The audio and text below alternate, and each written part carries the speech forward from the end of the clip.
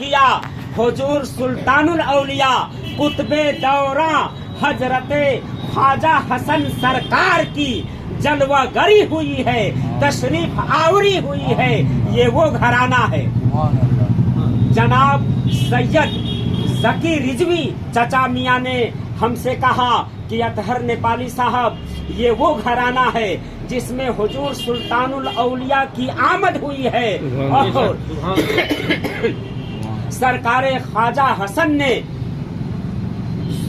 सूफी सुबहानी चचा मियाँ को बिस्मिल्लाह खानी कराए हैं। कहिए सुभान अल्लाह। ये बहुत बड़ी बात है। इतने बड़े अल्लाह के जलीलुल कदर वली जिसको बिस्मिल्लाह खानी करा दे, उसको तो फैज से फैजियाब कर दिए।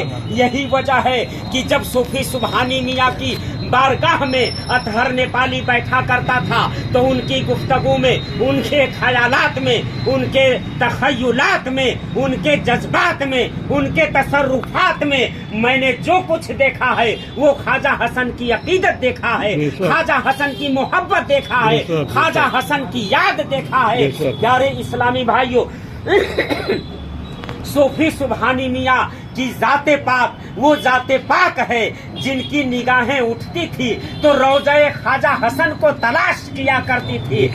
सूफी सुबहानी मियाँ वो शख्सियत थे कि जिनके ख्यालात में ख्वाजा हसन की बात हुआ करती थी और जहाँ भी महफिलों में जाया करते थे तो सिर्फ और सिर्फ ख्वाजा हसन की बात, ख्वाजा हसन की सीरत, ख्वाजा हसन के वाक़ियात बताया करते थे। इससे मालूम हुआ, पता चला कि सूफी सुबहानी मियाँ के जिस्म में, उनके रगों में अगर किसी के इश्को मोहब्बत का लहू दौड़ रहा था तो वो ख्वाजा हसन सरकार की मोहब्बत थी। तो प्यारे इस्लामी भाइयों, आज वो हमारे और आपके बीच में नहीं है, अल्लाह को प्यारे हो गए।